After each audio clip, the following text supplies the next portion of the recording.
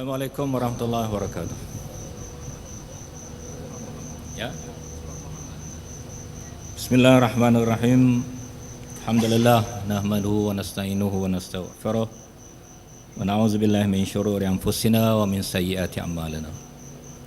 Wassalatu wassalamu ala al-Mustafa sayyidina habibina syafi'ina zikrina maulana Muhammad wa ala alihi wa ashabihi wa tabi'ihi ila yaumiddin. Yang berbahagia pimpinan majlis yang berhormat Datuk Haji Abdul Fattah, hadirin hadirat yang saya hormati dan imam tarawih kita. Dalam kesempatan yang ringkas ini, saya difahamkan oleh Ustaz Syarafi ayat yang dibaca oleh imam dalam salat tarawih kita pada malam ini adalah daripada surah Ahqaf dan surah Muhammad. Saya ambil satu dua ayat daripada surah Al-Ahqaf, khususnya ayat yang ke-10. Surah Ahqaf antara lain kandungannya mengenai dengan perkataan dan perbuatan khususnya orang-orang Yahudi dan musyrik yang menolak beriman dengan Nabi Muhammad SAW dan kitab Al-Quran. Padahal kitab Al-Quran adalah sebuah kitab yang dirinya sendiri telah menjadi saksi bahawa ia adalah sesuatu yang tidak dapat diciptakan oleh manusia biasa. Tetapi oleh kerana kedegilan masyarakat ini, mereka menolak Al-Quranul Karim. Lalu Allah berfirman dalam ayat yang ke-10, Qul ara'aytum in kana min indillah wa kafartum bih. Kalau kita belajar logik ataupun ilmu perbahasan, termasuk ilmu sains, adanya satu hukum dipanggil hukum probability, hukum kemungkinan. Kalau kemungkinannya adalah putih, kemungkinannya adalah bukan putih, maknanya ia adalah hitam. Kalau kemungkinannya bukan hitam, dia adalah putih. Dalam hukum probability ataupun hukum kemungkinan hanya ada dua kemungkinan. Di dalam ayat ini Allah telah bertanya, apakah kiranya Al-Quran itu benar-benar datang daripada Allah, tetapi kamu tidak beriman? Sama ada tidak beriman dengan sebahagian ayat-ayatnya maupun seluruh ayat-ayatnya. Ini pertanyaan Allah kepada kita semua, kepada umat manusia pada zaman Nabi dan kemudian daripadanya. Qul ara'aytum in kana min indillah. Apa kiranya kalau Quran itu datang daripada Allah? Padahal kamu tidak beriman. Di dalam Al-Quran menerangkan tentang balasan neraka yang kekal abadi kepada orang-orang yang kufur. Kamu tidak beriman, tiba-tiba esok berlaku apa yang dijanjikan oleh Al-Quran. Apa keadaan kamu? Wa kafartum bih. Dan kemudian wa syahida syahidum min bani Israel ala mislih. Allah memperkuatkan lagi hujah, dan kita lihat Al-Quran membawa hujah-hujah, dan kita orang-orang Islam dan pejuang-pejuang sentiasa hendaknya berlandaskan pada hujah. Di akhirat nanti kita dihisap berdasarkan hujah, berdalilkan ilmu yang dipegang dalam satu-satu perkara. Kerana itu Allah membawa kisah adanya saksi dari kalangan Bani Israel sendiri, khusus untuk dihujahkan ke atas orang-orang Yahudi, iaitu di kalangan Bani Israel sendiri ada yang telah menerima Al-Quran. Kenapakah Yahudi yang lain menolak Al-Quranul Karim? Setengah ulama termasuk para sahabat Nabi sallallahu alaihi wasallam seperti Ibn Abbas dan lain-lainnya mensabitkan ayat ini diturunkan berkait dengan Abdullah bin Salam, seorang tokoh ulama Yahudi yang sangat alim. Abdullah bin Salam sendiri telah meriwayatkan bahawa ayat ini diturunkan bersabit dengan beliau. Walaupun surah Ahqaf pada umumnya diturunkan di Makkah, tetapi ada beberapa ayat daripada surah ini pada pendapat setengah ulama adalah diturunkan di Madinah, termasuk ayat ini. Abdullah bin Salam membawa satu kisah yang menarik. yaitu apabila diberitakan Nabi sallallahu alaihi wasallam telah tiba daripada hijrah beliau daripada Mekah ke Masjid Quba di Madinah, dan ini telah dihebohkan oleh para sahabat Nabi sallallahu alaihi wasallam, dilaungkan sehingga penduduk Madinah semua mendengar perkhabaran tersebut, termasuk Abdullah bin Salam pada waktu itu berada di atas pokok kurma sedang mengahwinkan bunga-bunga kurma, ataupun mungkin sedang mengutip rotab ataupun buah kurma, dan mak saudaranya Khalidah ibnu Al-Haris duduk di bawah pokok kurma. Apabila Abdullah bin Salam yang masa itu masih lagi beragama Yahudi mendengar laungan oleh seorang sahabat, Nabi Muhammad telah tiba, Nabi Muhammad telah tiba, Abdullah bin Salam melaungkan sekuat-kuatnya, Allahu Akbar, Allahu Akbar.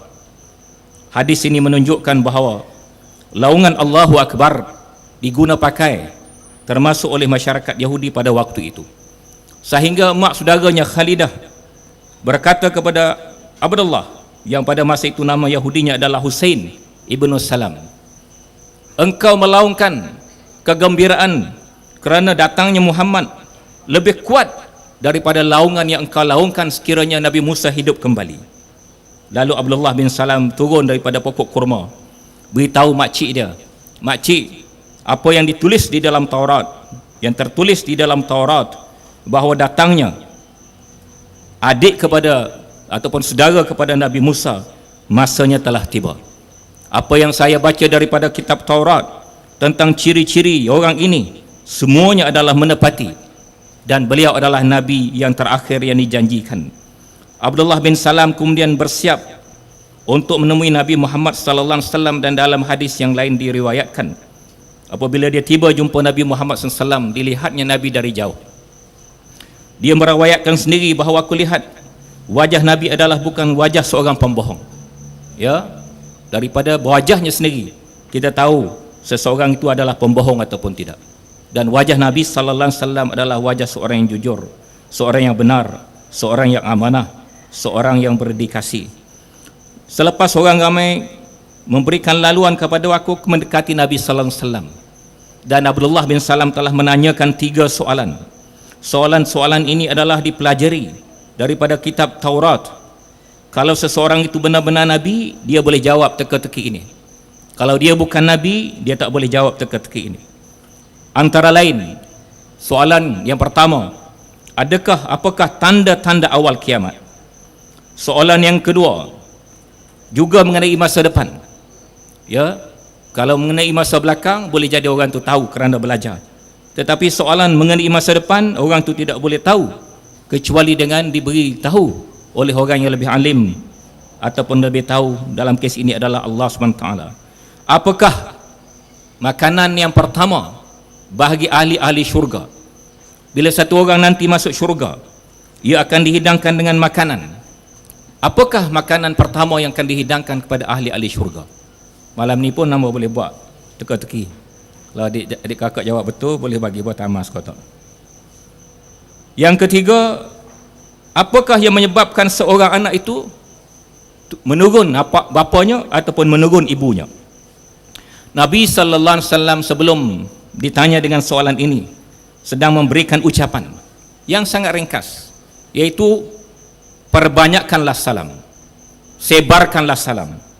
Yang kedua, berilah makan, wa atimut ta'am.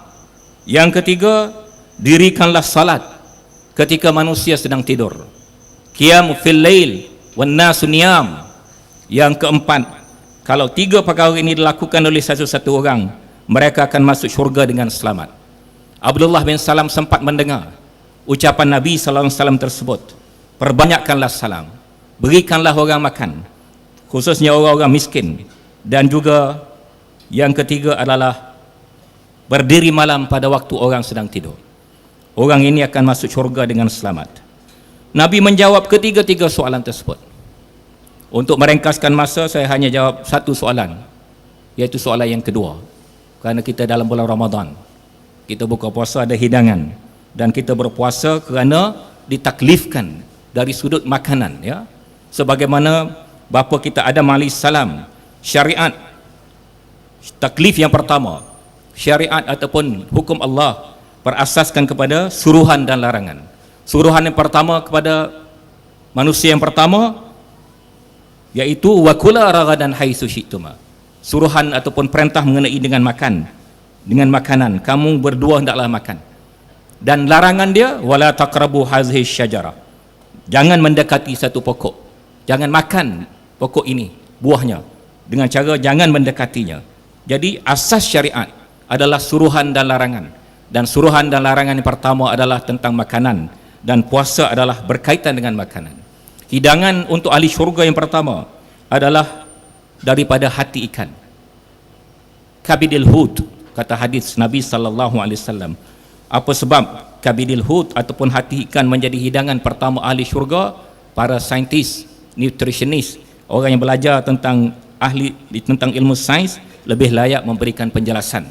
2-3 hari lepas hamba ziarah Tok Guru Ni Aziz, hamba tanya dia ayat fal yanzuril insanu ila ta'amih daripada surah Abasa. Tok Guru telah memberi pesan, anta kena pesan kepada saintis, kepada orang belajar sains, kepada nutritionist, kepada herbalist. Mereka lah daripada tentera-tentera Allah yang boleh menjelaskan kehebatan Al-Quranul Karim. Lalu Abdullah bin Salam masuk Islam serta merta, tidak ada tangguh, tetapi dia beritahu Nabi sallallahu alaihi wasallam, engkau rahsiakan keislaman aku, untuk membolehkan orang-orang Yahudi diajak masuk Islam. Dan apabila serombongan orang Yahudi menemui Nabi sallallahu alaihi wasallam, Nabi bertanya, bagaimana pendapatmu tentang Abdullah bin Salam? Orang Yahudi terus menjawab, dia adalah guru kami, anak kepada guru kami, cucu kepada guru kami. Apabila Abdullah bin Salam muncul dan mengisytiharkan aku telah bersyahadah, orang Yahudi tadi dalam riwayat serta merta menukar pendirian mereka. Abdullah bin Salam adalah orang yang paling dilaknat di kalangan kami, anak daripada orang yang dilaknat di kalangan kami, cucu daripada orang yang dilaknat di kalangan kami. Inilah perangai orang Yahudi. Kerana itu apabila akhwah kita di Palestin sekarang berhadapan dengan Yahudi, kita tahu bagaimana kejahatan Yahudi. Dan Tok Guru Ni Aziz juga pesan pada saya, kalau ada majlis ceramah enta beritahu, orang Yahudi sahkan orang Palestin dia bunuh, budak-budak Palestin dia bunuh. Dalam sejarah orang Yahudi telah membunuh para nabi, seperti ayat dalam surah Al-Imran, yaqtulunal anbiya bighairil haqq. Mereka sanggup membunuh nabi-nabi, apatah membunuh anak-anak biasa. Oleh kerana itu, bagi menentang orang-orang Yahudi, kita memerlukan kekuatan. Mereka sekarang sedang berperang, berjuang. Pada waktu kita bersiap membeli baju baru, ketupat, kek hari raya, segala macam persiapan hari raya, menukar langsir, menukar itu, menukar ini, berilah sebahagian wang kita untuk Al-Qasam, membeli peluru-peluru berpandu untuk dilancarkan ke atas Israel bagi mempertahankan diri mereka. Saya dengan ini dengan rendah hati mengisytiharkan 1/3 daripada gaji saya bulan Julai saya sedekahkan untuk Al-Qasam, mempersiapkan diri mereka membela bumi Palestin dan membebaskan Masjidil Aqsa insya-Allah, dengan harapan tuan-tuan juga sama-sama berlomba-lomba untuk memberikan sumbangan sebanyak-banyaknya bagi bulan Ramadan ini, memperkokohkan jihad mereka dan memberikan kemenangan kepada pasukan mereka insya-Allah. Akhirnya Abdullah bin Salam seperti yang kita tahu telah masuk Islam. Di dalam ayat ini saya hanya petik 1-2 lagi, iaitu dalam ayat yang ke-8 Allah sendiri, Nabi kata syahidah apa kata syahidun min bainak bima tufidu fih kafa bihi syahidun baini wa bainakum. Ya, ada 2 saksi di sini dalam ayat dalam surah Al-Ahqaf. Surah Ahqaf. Yang pertama, Allah sebagai saksi. Allah akan jadi saksi di antara kita dengan siapa saja. Apa sahaja yang dikatakan oleh satu-satu orang yang tidak betul, Allah menjadi saksi. Kalau kita kata betul, Allah menjadi saksi. Ini adalah satu perkara yang penting dari segi penghujahan, dari segi kepribadian kita. Kerana apa yang kita akan katakan akan disaksikan oleh Allah SWT. Tetapi untuk memperkokohkan lagi hujah di kalangan manusia, saksi di kalangan manusia juga adalah penting. Dan saksi daripada pihak musuh untuk membenarkan kita adalah antara cara yang paling berkesan dari segi propaganda dan penerangan untuk menegakkan kebenaran dan ini adalah antara kaedah-kaedah psikologi yang ditunjukkan oleh Allah di dalam Al-Quran. Saya berhenti di situ dalam kesempatan yang ringkas. InsyaAllah kita berjumpa pada waktu-waktu yang lain. Aku qauli hadza wa astaghfirullahal azim li wa lakum. Wassalamualaikum warahmatullahi wabarakatuh.